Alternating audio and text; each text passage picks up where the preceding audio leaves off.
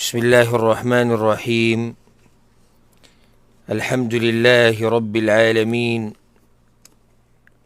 والصلاة والسلام على أشرف الأنبياء والمرسلين نبينا محمد وعلى آله وصحبه أجمعين. أما بعد، ده إمام نووي رحمه الله بدي مبارك كتاب كي د پیغمبر صلی الله علیه وسلم د حدیثونو وضاحت د الله په توفیق سره روانو، او اخرنی درس کې دوه حدیثونه بیان شیو. یو حدیث د علی بن ابي طالب رضی الله عنه د زوی حسن رضی الله عنه، دع ما یریبک الى ما لا یریبک. او دولسم حدیث او باغ درس کی دویم حدیثو دا ابو هريره رضی الله عنه، من حسن اسلام المرء تركه ما لا يعنيه. د دې حدیثونو وضاحت په آخرینی درس کې شیو، او نن به انشاءالله د 14 نمبر حدیث نه شروع کوو، چې دا حدیث د انس بن مالک رضی الله عنه ده. عن أبي حمزة أنس بن مالك رضي الله عنه خادم رسول الله صلى الله عليه وسلم عن النبي صلى الله عليه وسلم قال: لا يؤمن أحدكم حتى يحب لأخيه ما يحب لنفسه. رواه البخاري ومسلم. دا حدیث امام بخاری امام مسلم راوړی دی د ابو حمزه انس بن مالک رضی الله عنه، وی خادم رسول الله صلی الله علیه وسلم، چې دا د پیغمبر صلی الله علیه وسلم خادمو. هغه وی پیغمبر صلی الله علیه وسلم وی: لا يؤمن احدكم حتى يحب لاخيه ما يحب لنفسه.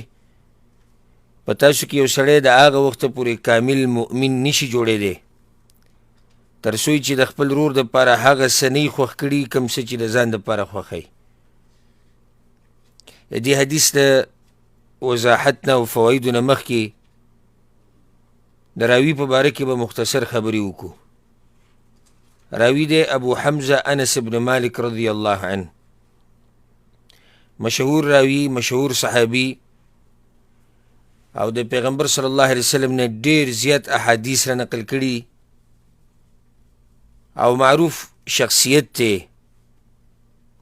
اکثر مسلمانان یې پیژني او د ده دا نوم یې اورېدلی. د ده کنیت ته ابو حمزه، او دا د عربو عادت ته دا کنیت یې ښوده. نو صحابه کرامو ته چې ګورې د هر یو کنیت شتي. د هغوی نه مخکې پیغمبر صلی الله علیه وسلم ته وګوره، د هغه هم کنیت و ابوالقاسم. نو دا کنیت یې ښوده، دا د پخوانه دا طریقه را روانه ده. بیا د علماء کرامو هم دا طریقه وه، لکه سلفو علماو کتابونه رواله، تراجم رواله، نو د هغوی د نوم سره د هغوی کنیت ذکر کیږي، بیا لقب ورسره ذکر شي، قبیله ورسره ذکر کیږي، یا هغه علاقې ته نسبت کیږي د کومې علاقې چې و، او په دې سره تعارف چې دی هغه ډېر وشي. بیا دا خبره موږ څو درسونو کې ذکر کړې ده چې کنیت دا په دوه قسمه، یو پلار د پلانی او یو زوی د پلانی. کله سړی په دې مشهور شي، زوی د پلانی، په دې باندې هم سړی مشهور کېږي. عرب کله داسې هم سړی یادوي زوی د پلانی، نو د هغه زوی نوم نه الي، د چا نوم وله والي؟ د پلار نوم وله والي. کله زوی د پلانی داسې باندې هم مشهور شي، زوی د پلانی، خو مشهور طریقه هم دغه ده چې پلار د پلانی، او دا په دې عربو کې د ادب نومي، لکه څنګه چې زموږ پښتانه مشرانو ته د ادب یو نوم وایي. نو عرب د ادب دپاره دغه کنیت استعمالوي. بله مسله دلته دا دی چې دا کنیت هغه سړی هم ایښودی شي چې د چا بچي نه وي، بلکې چې د چا واده نه وي هغه هم ایښودی شي. د دې دپاره دا لازم نه دی چې د ده به واده وي او د ده به بچي. او په هغې باندې ښکلی مثال لکه عایشه رضی الله عنها، د هغې کنیت څه ام عبدالله. او دغه شان پیغمبر صلی الله علیه وسلم د انس ابن مالک رضی الله عنه ورور، هغه ته به ابو عمیر وي، هغه ماشوم و او په ماشوموالي کې به وفات شوی مړ شوی. نو د ده کنیت دی ابو حمزه انس ابن مالک ابن النضر ابن ضمضم الانصاري النجاري رضي الله عنه. انس ابن مالک د پلار نوم مالک ابن النضر دی. حدیث څوک صحابین په ذهن کې راځي چې د هغه په نوم کې نضر راځي، او د هغه د جهاد یو مشهوره واقعه د خصوصا د احد په غزا کې چې کله ټوکړې ټوکړې پروت و، انس ابن النضر. او دا هغه چاته یادي چې هغه د خپلو مشرانو د سیرت سره محبت او د یادولو شوقي. نه، انس ابن النضر رضی الله عنه. او دا د انس ابن مالک تره دی، مالک ابن النضر انس ابن النضر رضی الله عنه. د دې نه بله دا مسله هم ثابته شوه چې د تره نوم کرواره کېږي نو څه حرج پکې نشته. زموږ د پښتنو دا مسله صحیح د عرف کې شته، خو ډېر زیاتی پکې کړی دی چې خپل نږدې مشران خو پرېږده، د تره نوم او د نیکه نوم دا خو په ذهن کې مه راوله، د ماما نوم، بلکې خوا او شا کې محله کې چم کې چې کوم مشران دي هغه ټول به لټوي چې دوی څه نومونه دي، د هغې نه بعد به یې نومېږي دی.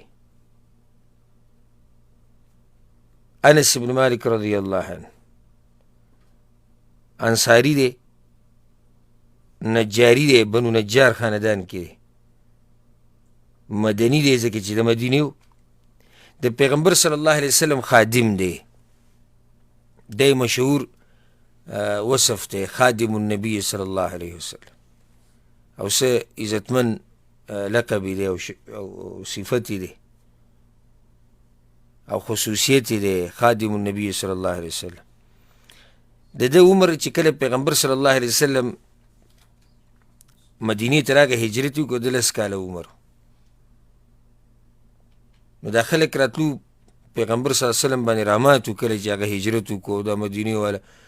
اول خو ته په لاره کې به روزانه ودرېدو، سحر نه به ودرېدو، کله چې به نور دې ګرمۍ خراب کړو کمزوري به یې کړو بیا به لاړو، بیا به ولاړو، بیا به دغسې دا ترتیب تر دې چې رسول صلی الله علیه وسلم راغی مدینې ته او بیا د هغوی هغه خوشحالي موږ سیرت کې بیان کړې ده هغه په تفصیل سره چې د هغوی څنګه خوشحالي وه. نو یو د پیغمبر صلی الله علیه وسلم خوا راتو، بل راتو. نو د ده مور ام سلیم رضی الله عنها دا ډېره ایمانداره ښځه وه، ډېره ایمانداره، ډېره ایمانداره. ام سلیم رضی الله عنها راله په پیغمبر صلی الله علیه وسلم پسې وی یا رسول الله، او دا زوی ځان سره روان کړی، وی یا رسول الله دا ستا خادم ګوټی، خادم ورته مونږ دا ستا خادم ګوټی شوی او ستا نه قربان دی، ستا خدمت به کوي. نو هغه وایي چې انس ابن مالک وایي، امام بخاري دا روایت راوړی، وی ما 10 کاله د پیغمبر صلی الله علیه وسلم خدمت کړی، چې 10 کاله په مدینه کې و پیغمبر صلی الله علیه وسلم، بیا وفات شو. نو 10 کاله د پیغمبر صلی الله علیه وسلم خدمت کړی، ځکه یې ډېر روایت را نقل کړي دي. 10 کاله ورسره یو ځای و، 10 کاله. او عجیبه دا ده وایي چې والله ما قال لي لشيء صنعته لما صنعت هذا هكذا ولا لشيء لم أصنعه لما لم تصنع هذا هكذا.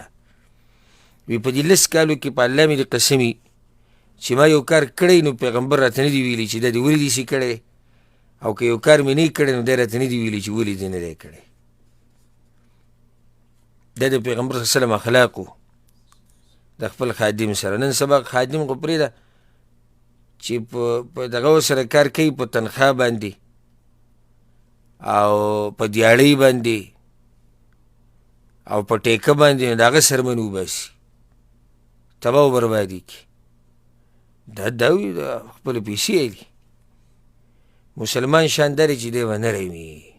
اوس 10 کالو کې پیغمبر صلی الله علیه وسلم دته دا خبرې نه دي کړې، نه یې وهلی دی، نه ورته قار شوی، بلکې روایت کې په خپل انس بن مالک رضی الله عنه وایي یو پیر زه پیغمبر صلی الله علیه وسلم یو کار له ولېږلم او زه وی د وړو سره د مدینې په کوڅو کې مصروفه شوم، عمر نه کم نو د مدینې په کوڅو کې مصروفه شوم او لګیا او خبر رانه هېره شوه چې زه پیغمبر را لېږلی څه کار ده. وایي چې ګورم چا را باندې د شانه په دې اوږه لاس کېښو، وایي ما چې شات وکتو پیغمبر صلی الله علیه وسلم ما پخپله را ووتو. وایي خندلې موسکه وایي ما ته وایي چې نه یې تلی که څه؟ وایي ما چې اوس ځمه یا رسول الله، وایي چې زه لاړ شه ده، خبره ختمه شوه. داسې اخلاق. موږ خو خادم پرېږده ښځه چې ورته ووایو لکه مثال کې ماله به د جامې څه کړي اسري به کړي او هغه اسري نه وي، بیا د ده د بریتونه چې کومې وینې ساسي او دا پکې هغه نر دی چې یعنې په کور کې چغې چغارې ډېرې وایي، په کور کې ښځه ډېره غربوي، کنځلې ډېرې کوي، د ښځې مور پلار ډېر کنځي. دا غیرتمن وي، پښتن دی غیرتمن. داسې غیرت او پښتو موږ الحمدلله د خپل بوټان پې پاکوو. غیرت خو دا دی چې انسان اوچت اخلاق وساتي، اوچت صفات ولري، دا اوچت خوی دی، اوچت اخلاق دي. نو انس بن مالک 10 کاله د پیغمبر صلی الله علیه وسلم خدمت کړی او بیا پیغمبر صلی الله علیه وسلم د ده دپاره دعا هم غوښتلې وه، اللهم اکثر ماله وولده وبارک له فیما اعطیته. یا الله د ده په بچو کې برکت واچوه، د ده په مال کې برکت واچوه او څه چې ولې ته ورکوې په هغې کې ورته برکت واچوه. روایت کې داسې راځي، امام بخاري په الادب المفرد کې راوړی دی. انس بن مالک وایي پیغمبر صلی الله علیه وسلم به راتو زمونږ کره. سبحان الله. پیغمبر صلی الله علیه وسلم نه چې به چا هم دعوت ورکو نو کور ته به یې تو. لکه د انس بن مالک رضی الله عنه د حدیثونو ته چې سړی وګوري انس بن مالک کره یو څو پیري راغلی،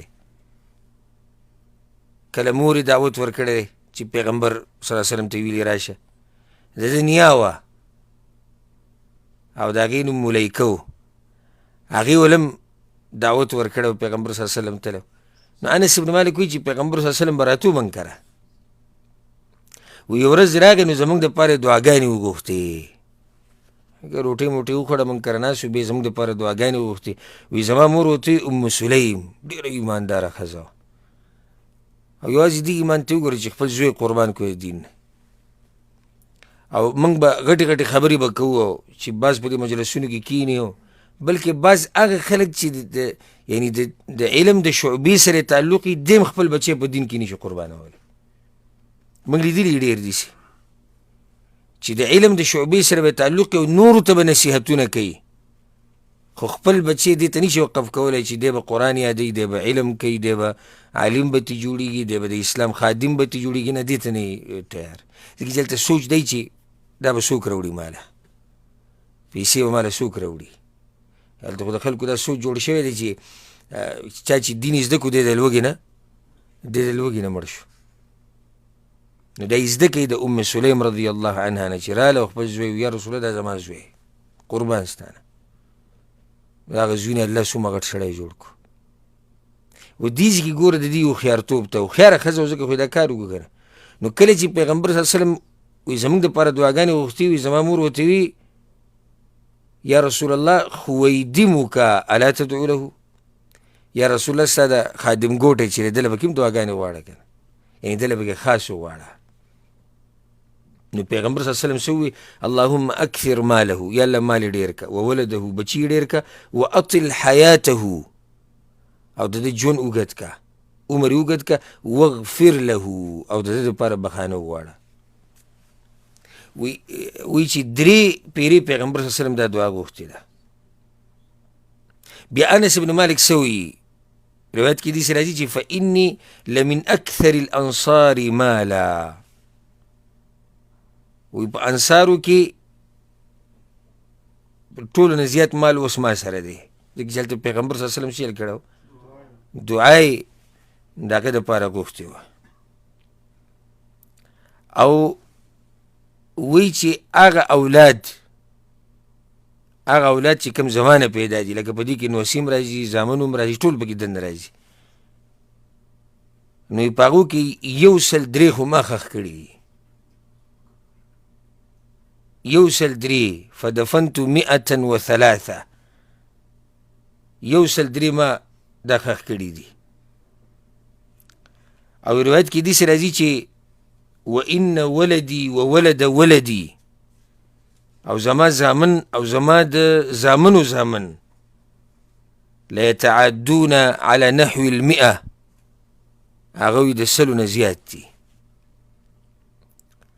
نو الله سبحانه وتعالی ولا مال ډېر ورکړی او بچي ډېر ورکړي او ژوند یې موږدو، ځکه وایي چې رأیت منها 2 فی الدنیا، هغه 2 خبرې خو ما په دنیا کې ولیدې، مال او د بچو ډېرېدل او د عمر ډېرېدل. وانا ارجو 3 فی الآخره، او د دې 3 مې امید دی د الله نه، 3 څه وه چې یالله ویې بخه. او داسې ویلی کېږي کم سے کم د ده عمر چې بیانېږي کم سے کم نو یو کم 100 کاله د عمر و، کم سے کم عمر چې د بیانېږي یو کم 100 کاله د ده عمر و، او 93 هجرۍ کې دی وفات شوی، 93 هجرۍ کې وفات شوی.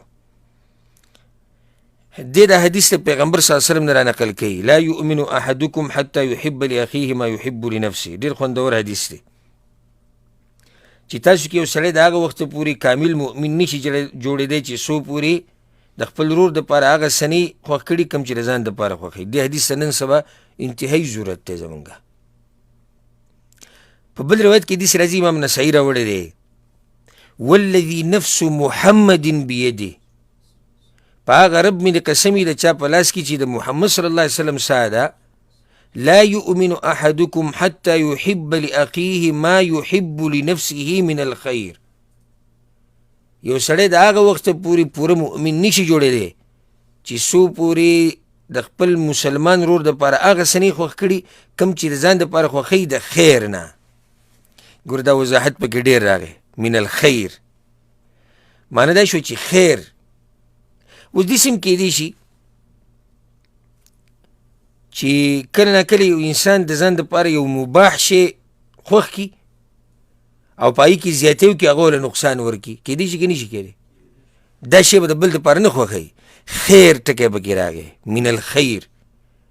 نو بیا دا فایده اده کوي، ټول خیر په دې کې دننه راغی، ټول خیر، که هغه د دین خیر دی او که هغه د دنیا. چې خیري هغه به ته د خپل ورور دپاره مسلمان دپاره قشن خوښوې کوم چې ځان دپاره خوښوې. شروع به د عقیدې نه کوې، شروع به د عقیدې نه. کوم عقیده چې ستا خوښه ده، یو سړی زما د توحید عقیده خوښه ده، ستا به دا هیره شي چې دا نور مسلمانانو د توحید عقیده وپېژني. ستا د پیغمبر صلی الله علیه وسلم تابعداري خوښه ده که نه، ستا به دا هیره شي چې دا نور خلک کوم د پیغمبر صلی الله علیه وسلم تابعداري شروع کړي. ستا دینداري خوښه ده، ستا حیات طیبه ښایسته ژوند یې خوښ دی، ستا نیکعمله بچي خوښ دي، نو بیا به د نورو خلکو دپاره هم دا خوښوې. اوس یو سړی دی د هغه دا نه دي خوښ چې د هغه بچی دې په لارو کوڅو کې نشې تماشې کې وګرځي، خوښوي دا څوک؟ نه خوښوي. دغه شان به د بل مؤمن دپاره د بل مسلمان ورور بچی دې ولیدو په لارو کوڅو کې ګډ وډ ګرځي، دا پرېږده مړه، والله که څوک ورته نصیحت هم کوي نن سبا په لارو کوڅو کې ناستي، ملک کې په لارو کوڅو کې او په دوکانونو کې دا هلکان ناستي، د کم عمري او څه کارونه به کوي، نشې تماشې به کوي، ډمتوب او سندرې. ډېر لږ به چې نصیحت ورته وکړي. دا نصیحت چې ورته وکړي دا هغه سړی دی چې په دې حدیث یې عمل کړی، ځکه چې هلته د هغه دا خوښه ده چې زما بچی دې داسې نه وي او زما بچي ته دې هم څوک نصیحت وکړي، نو ځکه دی د نورو هغې ته هم نصیحت کوي. یو سړی یو مؤمن دا خوښوي چې زما د کور د عزت خیال دې وساتلی شي، زما ښځه دې بې پرده نه شي، زما خور دې به پړده نه شي، زما لور دې به پړده نه شي. زمونږ د کور خبرې دې څوک بهر ونه کړي. دغه شان د بل مسلمان دپاره هم خوښ یې. دا نه چې ته سهار ماښام لګې د پلاني ښځه ما ته یاره ګډه وډه ښکاري. بازي که نه سپک خلک دا خبرې کوي. د پلاني دا ښځه ما ته ګډه وډه ښکاري، د ده دا خور ما ته ګډه وډه ښکاري، د ده دا لور یاره ما ته ښه نه ښکاري، د ده دا کردار ما ته ښه نه ښکاري. او چې په خپله ورته ووایي چې ستا د خپل کور باره کې څه خیال دی، نو بیا به داسې غټې غټې خبرې شروع کړي. نه نه زمونږ د کور خو الله دې نه کړي چې عزت زمونږ خراب شي، او الله دې نه کړي چې دوی به پړده شي. د بل مسلمان دپاره ولې نه خوښوي؟ نو د خیر دا کلمه عامه ده، هر قسمه خیر په دې کې دننه هغه راغی. ښه یو حدیث کې داسې راځي په صحیح مسلم کې د انس بن مالک رضی الله عنه روایت دی. هغه والذي نفسي بيده، پیغمبر صلی الله علیه وسلم وایي په هغه رب مې دی قسم د کم رب په لاس کې چې زما ساده، لا يؤمن عبد حتى يحب لجاره او قال لاخيه ما يحب لنفسه. یو سړی د هغه وخته پورې مؤمن نشي جوړېدی چې څو پورې د ګاونډي دپاره هغه څه نه خوښ کړي کوم چې ځان دپاره خوښ وي. هلته ګاونډي ټکی راغلی. ښه نو بیا مرتبې دي، د رورولۍ مرتبې دي. رورولي ټوله په یو مرتبه کې نه ده. یو سړی ستا رورولي د هغه سره د اسلام ده، ته په تا باندې د اسلام حق دی. بیا رورولي د نسب ده، د وینې ده، په تا باندې بل حق دی. او رورولي په معنی د ګاونډیتوب د سره هم دی. نو څو حق دي؟ 3 حق دي. دا د ټولو نه زورور حق د دې سړي دی. ولې زورور حق دی؟ ولې د حق زورور دی؟ تاسو خو دی که څنګه؟ ولې حق زورور دی؟ د اسلام حق دی، د ګاونډیتوب حق دی، د خپلولۍ حق دی. په ده پسې 2مه درجه کې راځي هغه چې د اسلام حق دی او د ګاونډیتوب حق دی. او 3مه درجه کې په ده پسې راځي هغه چې د اسلام حق دی په تا باندې. نه د ګاونډیتوب حق شتي او نه د خپلولۍ حق شتي. نو مرتبې دي د رورولۍ په اسلام کې. دلته پیغمبر صلی الله علیه وسلم اوس دې حدیث کې د کوم چې امام مسلم راوړی د انس بن مالک نه په دې کې ورسره ګاونډي ذکر شوی دی. هلته هغه بل حدیث کې رور وي، رور یعنې په دین کې. نو هغه سړی چې په دین کې ستا رور دی د هغه دپاره به هغه څه خوښوي چې ستا خوښېږي خپل ځان دپاره. دلته دا سړی په دین کې ستا رور هم دی او ګاونډي دې هم دی. نو د دا خبره خو بیا ښه مضبوطه ده. لکه یو سړی دا نه خوښوي چې زما ګاونډي دې ما تنګوي، خوښوي؟ نو څه به کوي؟ دا بل به هم نه تنګوي. یو سړی دا نه خوښوي چې زما په لاره کوڅه کې د څوک خځلې او ګن رواچي، د بل عقیب هم نه کوي. یو سړی دا نه خوښوي چې زما کور طرف ته د څوک آبادي راواړی او لاره دې بنده کړي او دا قسمه خبرې لکه ملک کې چې به جګړې روانې اکثر، نو د بل عقیب هم بیا نه کوي. عجیبه د دې بعضو ګاونډیتوب یې سړی چې ویني حیران شي ورته. نو مسله به په پیپ باندې به جګړې، کلي کې په پیپ باندې جګړې ډېرې روانې. دا پیپ دې خوا تللی او دا د اوبو دلته تللی او دا دې خوا تللی، په دې جګړې روانې او به ګاونډي. نو ځکه ما په اوله کې تاسو ته دا ووایي د دې حدیث ته شروع کولو مخکې یا درس ته شروع کولو په وخت کې چې دې حدیث ته نن سبا زموږ ډېر زیات ضرورت دی.